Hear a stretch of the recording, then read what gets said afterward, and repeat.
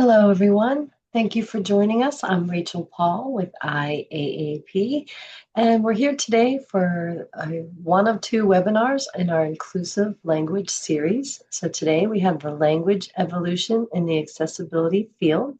And before we get started, I just have a few housekeeping items to share with you. We do have closed captioning available. You can select the closed captioning icon at the bottom of your Zoom screen. And then posted in the chat will be stream text links offered in several languages if you prefer to view your captions that way. We do have American Sign Language also. Microphones are muted just to prevent any background noise or disruptions, and we'll be on to monitor the chat for any general dialogue and technical issues. And we encourage you to post your questions in the Q&A, and we'll have time for questions at the end today. So I'm very happy to welcome Veronica Morales Beltrán as our presenter today. So welcome, Veronica. I'll let you take over from here. Thank you. Thank you so much. Let me first of all share my screen, and hopefully you should be seeing now the deck. Yes, that I am presenting. Perfect. So thanks first of all for having me here for this webinar. I'm very happy and honored to be part of this mini series, and I hope that for the next 1 hour you will enjoy this topic that we have today. So our webinar today will focus on the evolution of language in the accessibility and also from a global perspective. I'm really happy to be here today because the words that we choose, they not only shape how we see the world, but also how we experience it. So today we're going to explore how language in the accessibility field has shifted throughout the years, and why this change has happened recently and not like decades ago. We will look at examples in different languages, in English, in Spanish, and also in German. So all in all, what we are going to do today is not only talk about grammar and vocabulary, but we are also going to focus on inclusion, dignity, and basically human rights.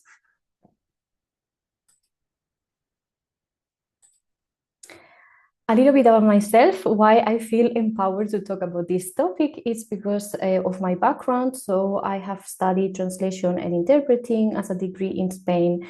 And afterwards, I studied a master and completed it in the field of ICT applied to foreign languages. Within that master, my master thesis was around the video game localization into international Spanish. And I have been working 12 years in the localization department at Electronic Arts, the video game company. Also from the IAAP, I have the CPACC, so the Certified Professional in Accessibility Core Competencies. And I have also the ADS, which is the Accessible Document Specialist. Last but not least, I combine my passion for accessibility with my passion with video games. So I decided to be certified as well by the Accessible Player Experience practitioner by Able Gamers. And right now, for some years now, I am working as a digital accessibility consultant at Adesso. So all in all, if I would need to describe myself into 3 words, they would be languages, culture, and video games. This is the things that I'm focusing. And so today, language is part of one of the 3 passions that have been leading my career and my personal life in the last years. First of all, we will start talking about why language matters. And the thing is that language is very powerful.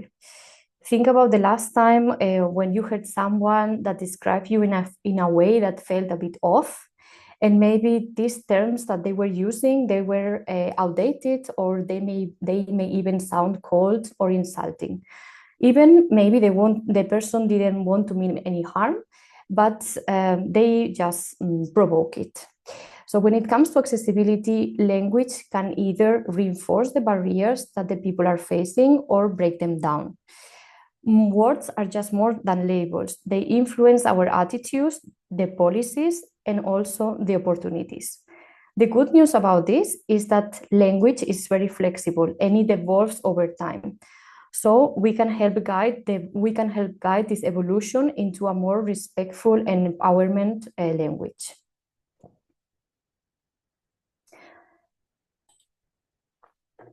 So in many languages, there's the use of older accessibility terms that come from what is known the medical model of disability. So in this model in the medical model, what is happening is that we are focusing on what is wrong, and I say this in quotation marks, what is wrong with the person. So we would say, for example, a handicapped person. This comes from the medical model and it's defining the person by a limitation. However, we are seeing that there's a shift and that this shift is now moving towards a social model. This model is based on recognizing the barriers that they are created by the society and not by the person's body and mind. So an example of this would be a person with a disability. This comes from the social model and is focusing the person first and then describing with what is happening with this person. The shift that is happening is not just semantically, but it just frames the whole world of disability in another way. You may wonder why now this is happening, because it's not that disability just happened overnight. It has been existing there for quite a long time. So there are some milestones that help this change happen. So on the one hand side, there is the Convention of the Rights of Persons with Disabilities. This was adopted in 2006, and it meant that the language shifted in that regard, but the changes, they haven't been brought up to now for the rest of the society. So even though this was adopted in 2006, now the changes we have been seeing in the last years. There are several reasons for this, and one is like the global advocacy has matured. So the disability rights movements are better connected now and they are more vocal.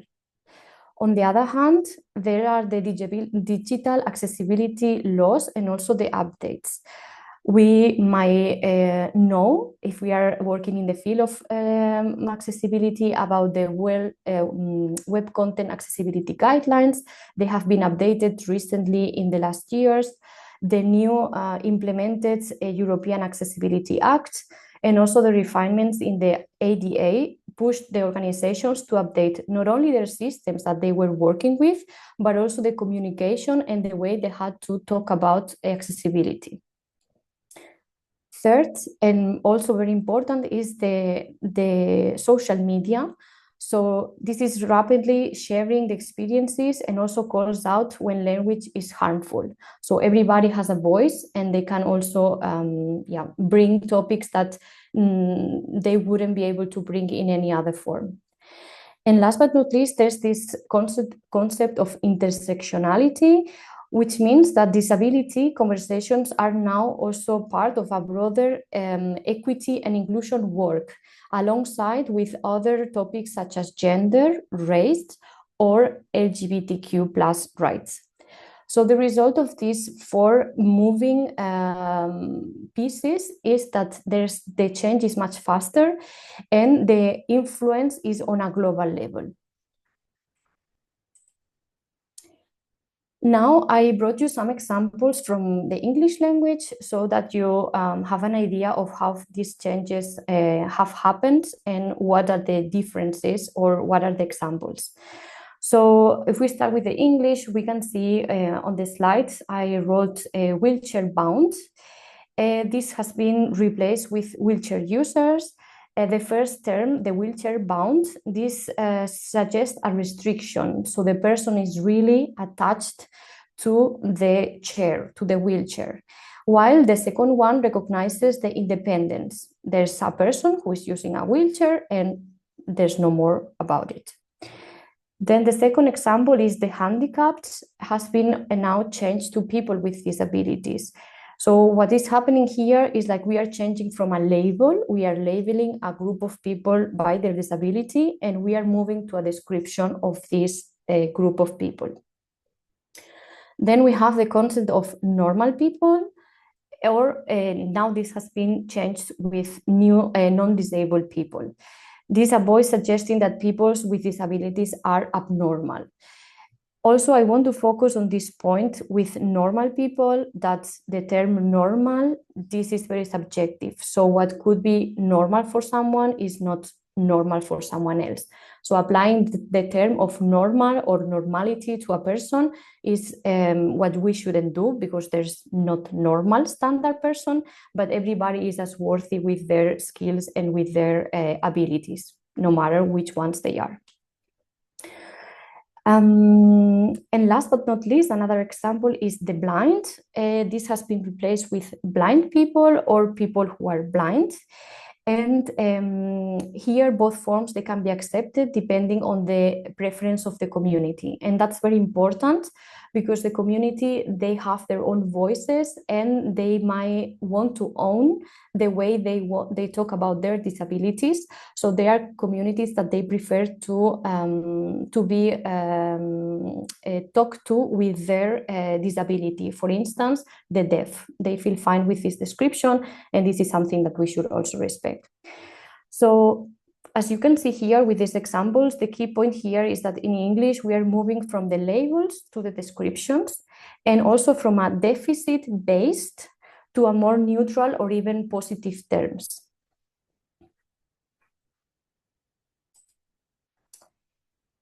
So English is very broad and spoken in many countries. So we need to also make sure that we understand the regional conventions of every country or every society speaking in English. So in this case, we can distinguish in English between two main ways of discussing, which is people first versus identity first. So people first, this is also abbreviated with PFL, people first, language. This means that the structure is like the person with, and then the name of the disability. So it would be person with autism or person with a disability. So the mentality behind it is that it emphasizes that the person comes before the condition, to avoid defining them only by the disability. An example would be a person with cerebral palsy. Then we also have identity first language, which is like the identity of the person plus the person. So it would be autistic person or it would be disabled person. The mentality behind this is that the disability is seen as an integral part of their identity and not something to distance from. For example, autistic person expresses pride and also belonging in a neurodiverse identity. Neither of those is better, person first language or identity first language. It just depends on the context and what the community prefers. When we talk about US and UK, in the case of English, there are some preferences. So for instance, in the United States, people first language became the standards in the 80s and the 90s, especially in policy and advocacy. Many US institutions or schools, nonprofits, and governments will teach and prefer the person first language. But certain groups still, like the autistic or the deaf communities, they identify first. Their identity first is strongly preferred.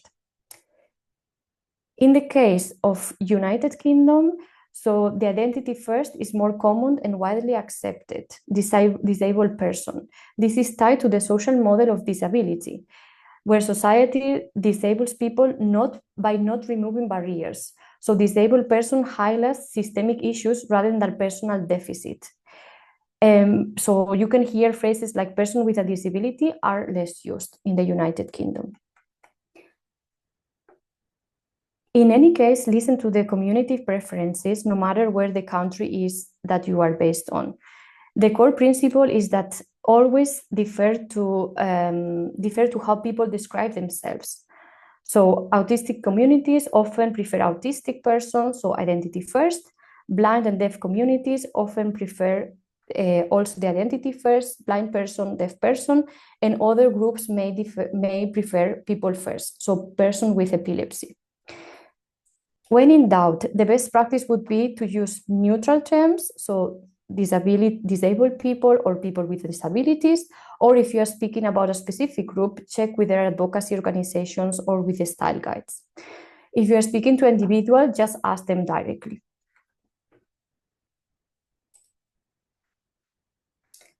Now let's go through the Spanish examples, which are very close to that what we have seen in English. So we have first of all the word minusválido. This has been replaced with persona con discapacidad. So minusválido literally means less valid or less worthy. This means that the framing this person is inherent, being diminished, and reinforcing the stigma and pity. Now it's better to use persona con discapacidad, which means person with a disability. On the second example, we have inválido, which we should avoid entirely. It means invalid, so suggesting that the person is not valid or not even legitimate. This is dehumanizing and historically tied to exclusion and institutionalization. So please don't use it in Spanish. Then on the third example, we have sordomudo, which means deaf and also a person who can deaf mute, a person who cannot talk. And this has been replaced with persona sorda, so someone who is deaf. With deaf mute, the problem is that we assume that the person that they cannot speak, that they cannot hear, that they cannot speak, but this might not be the case. So many deaf people, they can, and they use the spoken language. And it's important to know that sign language is a language on their own. Even if they don't speak a spoken language, they have their ways to communicate. So better would be to use persona sorda, which is a deaf person, or persona con sordera, a person with deafness. Deaf communities are worldwide very proud about their way of speaking with each other and about the way that they have to move in the world with their own languages. Then on the fourth example, we have retrasado, which means retarded in English, and this has been replaced with persona con discapacidad intelectual, which means person with an intellectual disability. Retarded, we have to avoid it completely because this is very offensive, and it's a way to insult and evaluate someone, and this shouldn't be used. Instead, use persona con discapacidad intelectual, which is more accurate, and it also recognized with the medical and both social model. In short, so these terms are outdated on the left-hand side, and they define the people by the lack, the deficit, and they are just making them inferior to the rest. So what we are now moving is like to a center where we are centering the person, we are focusing on the descriptive terms, and we are reflecting with this new terminology a new mentality where it's focusing on dignity and also rights and not just pity.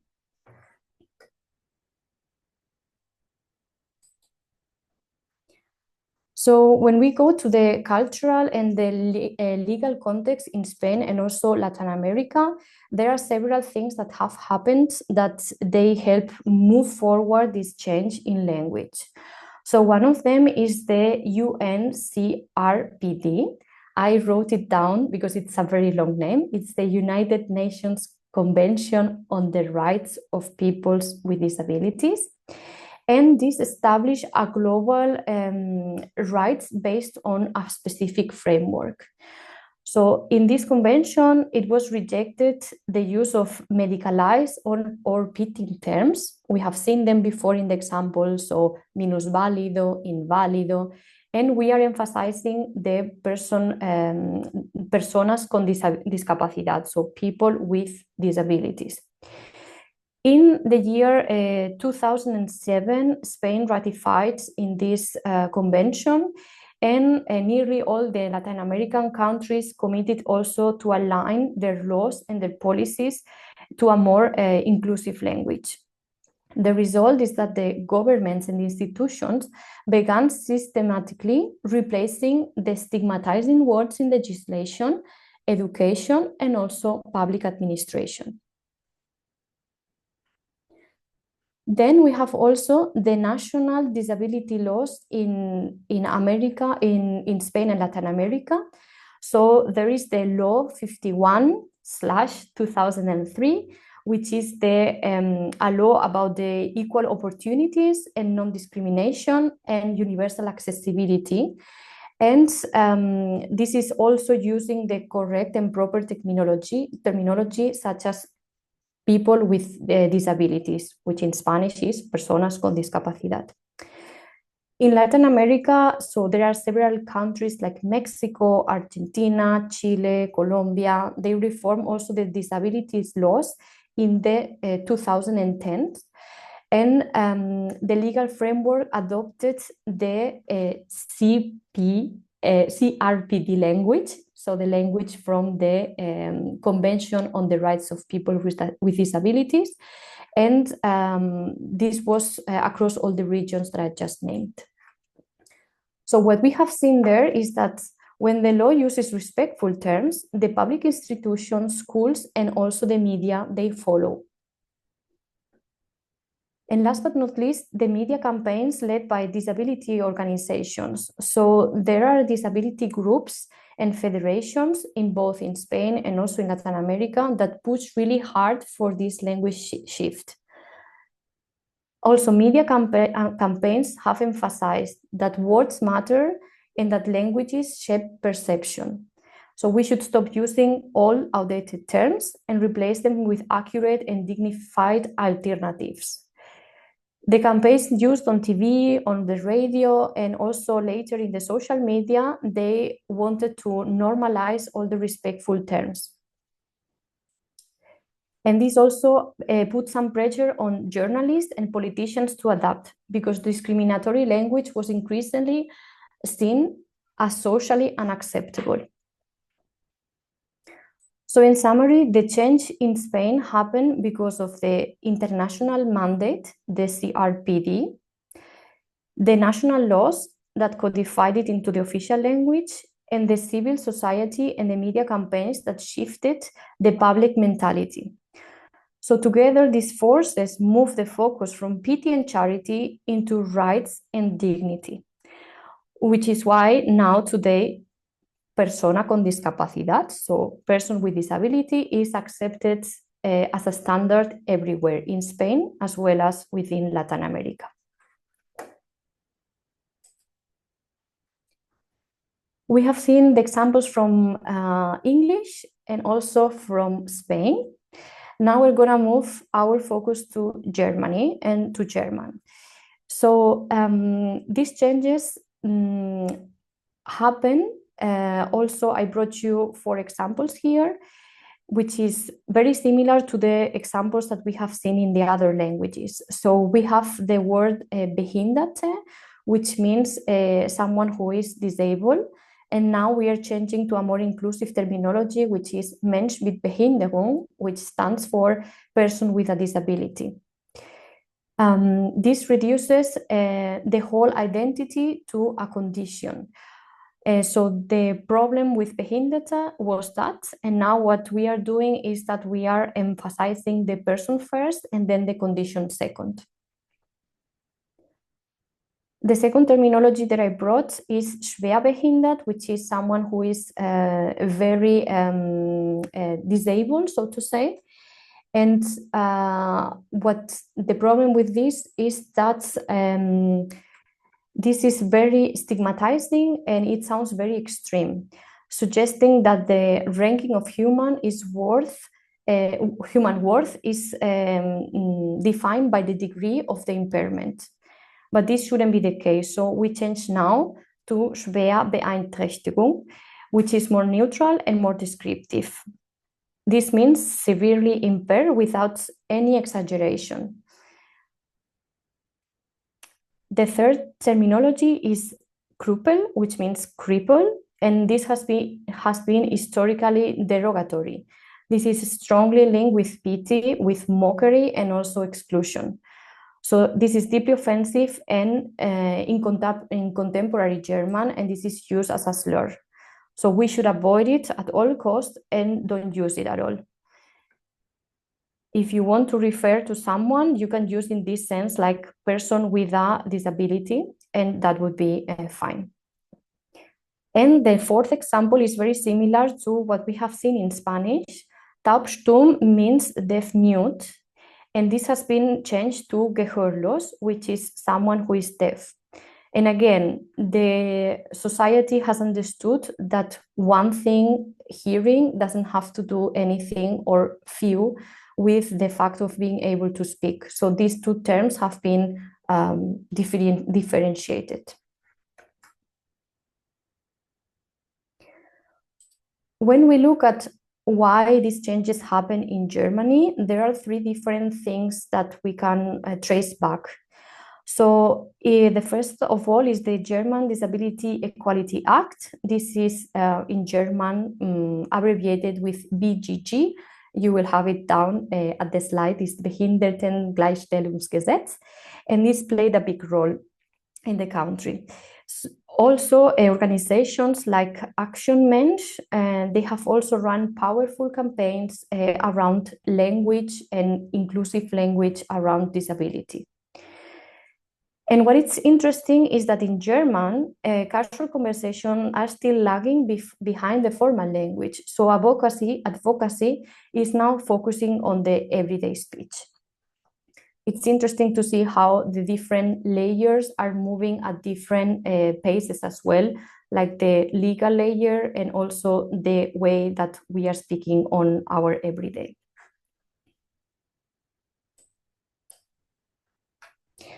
So we have seen what happened for Spanish, for German, and for English.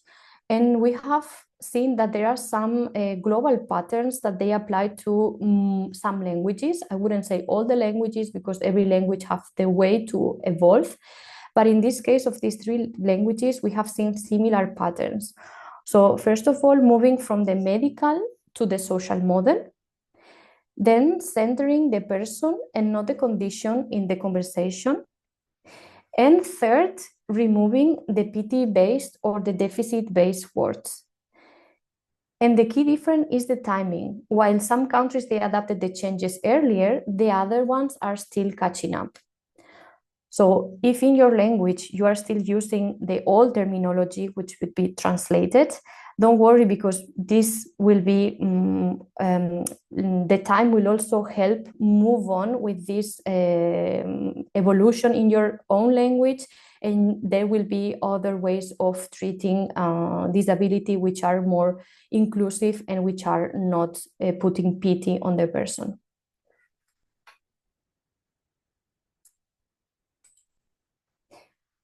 And very important, I brought you like a slide about the translation challenges, because when we talk about languages, we might write in a specific language, but also we might want to convey the same or similar meaning into other languages.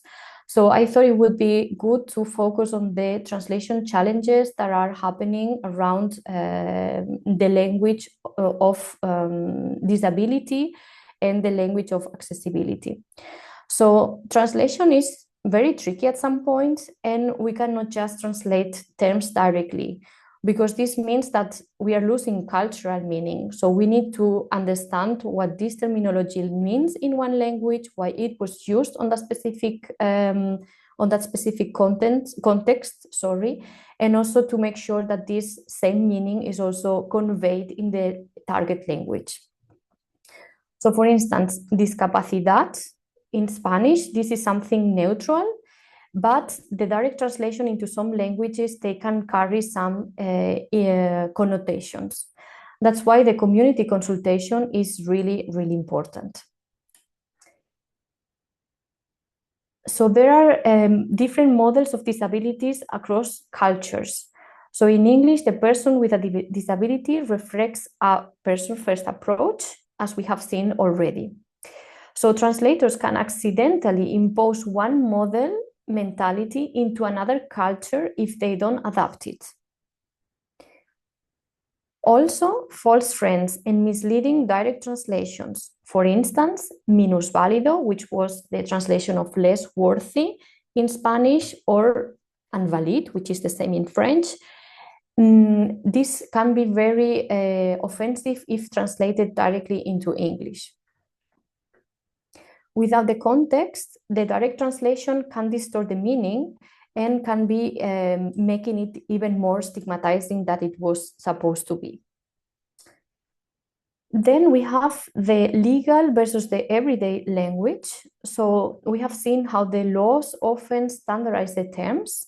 We have seen this with people with disabilities for Spanish or Latin America. And then the everyday people may still use the old terminology or colloquial terms. So translators might decide whether to follow the legal and institutional precision or to reflect the real world speech, which might still, unfortunately, have some colloquial terms which are not really inclusive. Then we have the community preferences that they can also differ across languages. So the autistic community prefers autistic person in English, and in Spanish, persona autista, but the terminology and the acceptance might vary within the countries. Translators must be aware of what the community itself prepares and not just follow their decisions by their dictionaries.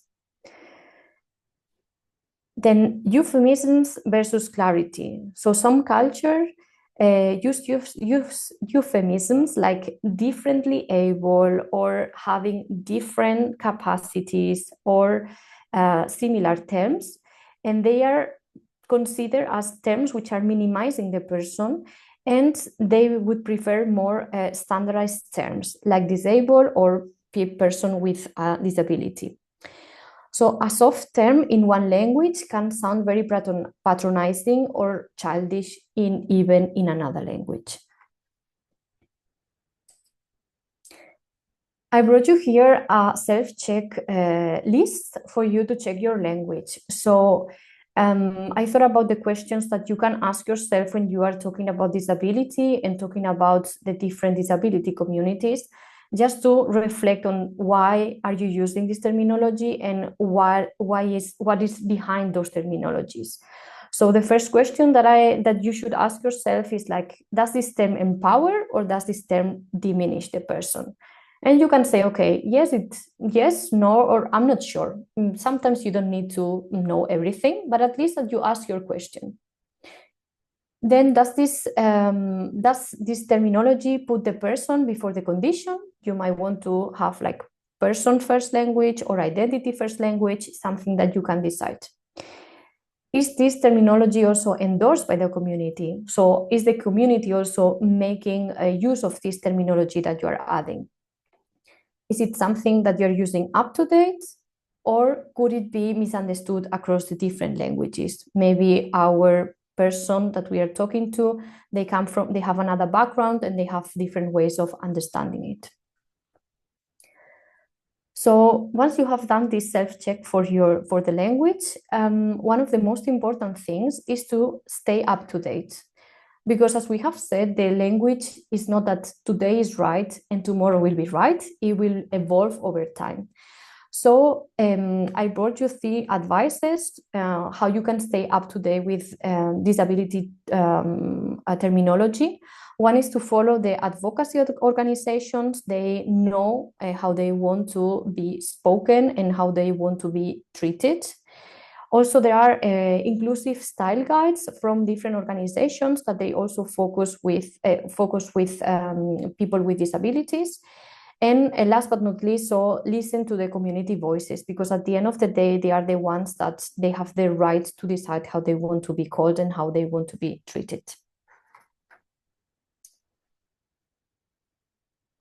And I brought a little challenge for you because the aim of this webinar is to raise awareness, but also to start a change. If you made it so far up to here, and if you like the content, and if you are willing to cooperate, there are some things that you can do on your own and you can challenge yourself. So I would suggest that you can identify 3 terms that you often use when talking about disability, and you can do some research on their origins. In this way, you would know if that what you are saying is actually being accepted or not. And if you spot that one of these terms that you chose, that they are not really inclusive, then commit to one change. It can be one change a day, and try to use other more inclusive terminology in your language. And also very important in this sense, because when we learn something, we want to change the world, we want to adapt all the things to make it sound better and to make it sound more inclusive, but also manage expectations, because the perfection is not the aim, but awareness and progress. We want to get better and better every day. We will not make it like from overnight, like from one day to the other, and we will still make mistake, and that's perfectly fine. But at least you are aware that this was a mistake, and you can just say sorry and amend the mistake, but by learning and improving for the next time. And also very important, like we all have our age, doesn't matter which age it is, but the rewiring in our brains, it also takes some time and also practice. So if you made a mistake or if something was not too inclusive, don't feel like disappointed, just try to make it better the next time. And think about that this is an evolution of the language that you use, and it's totally fine that you feel that you are part in this process, and that this process is ongoing all the time. So this is the little challenge that I would bring for you. And if you want to know more about disability and the terminology, I brought you here 3 different buckets of resources. So one is in English. We have a book, Disability is Human. We also have some pages that they talk about person first or identity first language, what I explained in this webinar. We also have for Spanish, so different committees or organizations that they are focusing on disability rights. And also a library, which is very interesting for Spanish. It's from ONCE, if I'm not mistaken. And they have like a search field where you can check the terminology if it's valid or not. And also for German, there are some laws and also some organizations that I spoke before, and that you can also check. And of course, if you want to keep up with conversations, you can find me also on LinkedIn. As I said, video games, culture, and language, they are my 3 passions, and I will be happy to discuss them with you. Now, last but not least, I wanted to thank you for your time, first of all, because it's 1 hour of your precious day. Also for your engagement, if you decide to take part into this small challenge for yourself to become better at the use of inclusive language related to accessibility, for showing the will to learn, and also for being part of a small but also a key part of this change, because language is driven by all of us and we all can make a difference. And also remember that nothing changes if nothing changes. You can read it again, but it's true that if we don't do anything, nothing will change in future.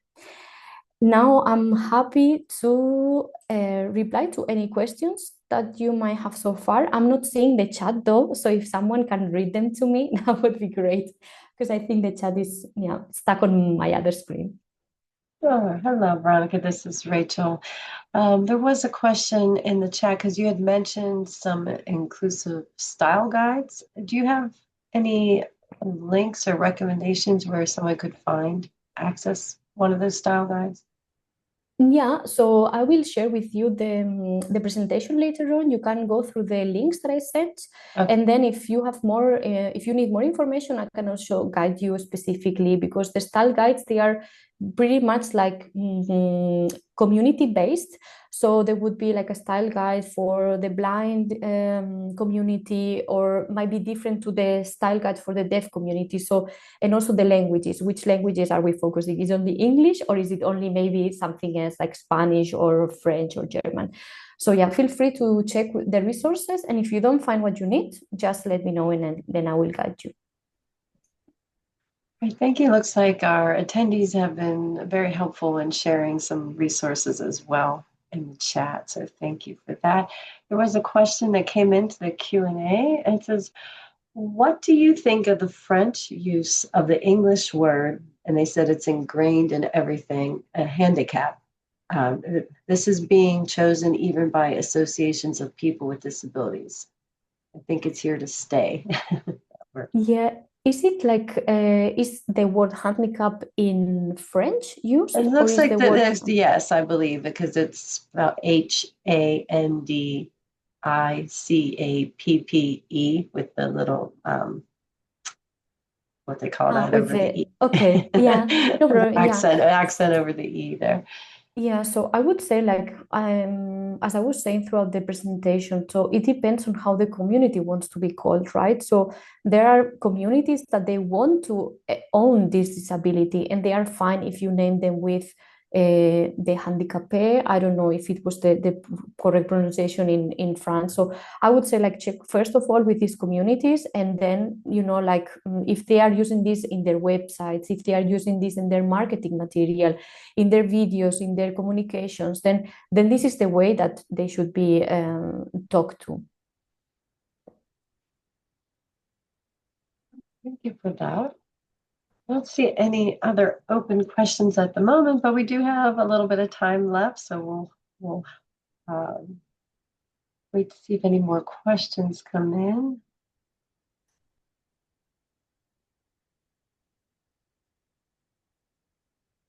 Maybe we could go ahead and put up our closing slide, and we'll stick around to answer any questions, but I can talk about what's coming up next from IAP in our webinars.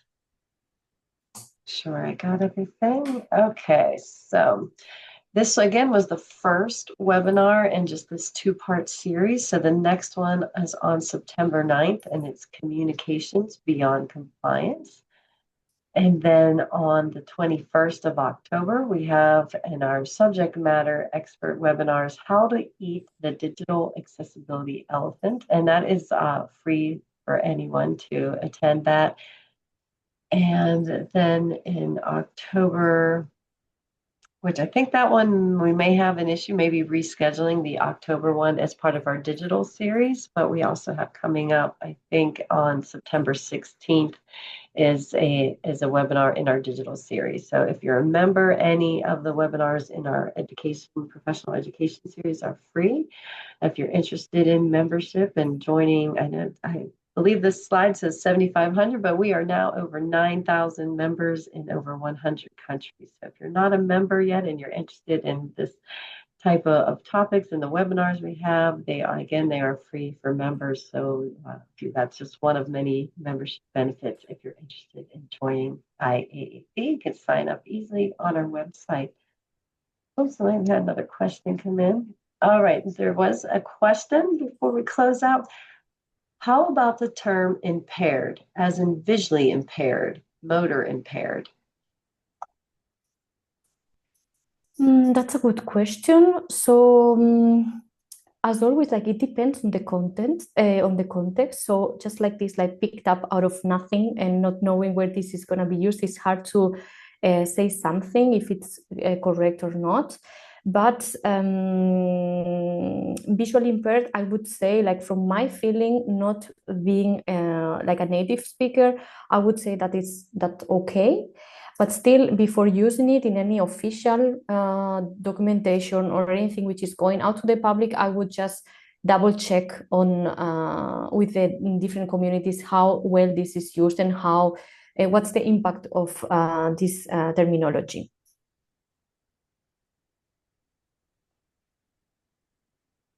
Thank you, Veronica, for that. I'm just checking the chat. I don't see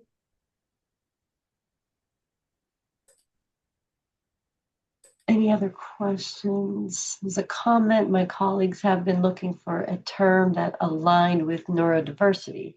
They were thinking physiodiversity, but it's not a term we've heard of. And they're asking in the chat, any comments or thoughts on that?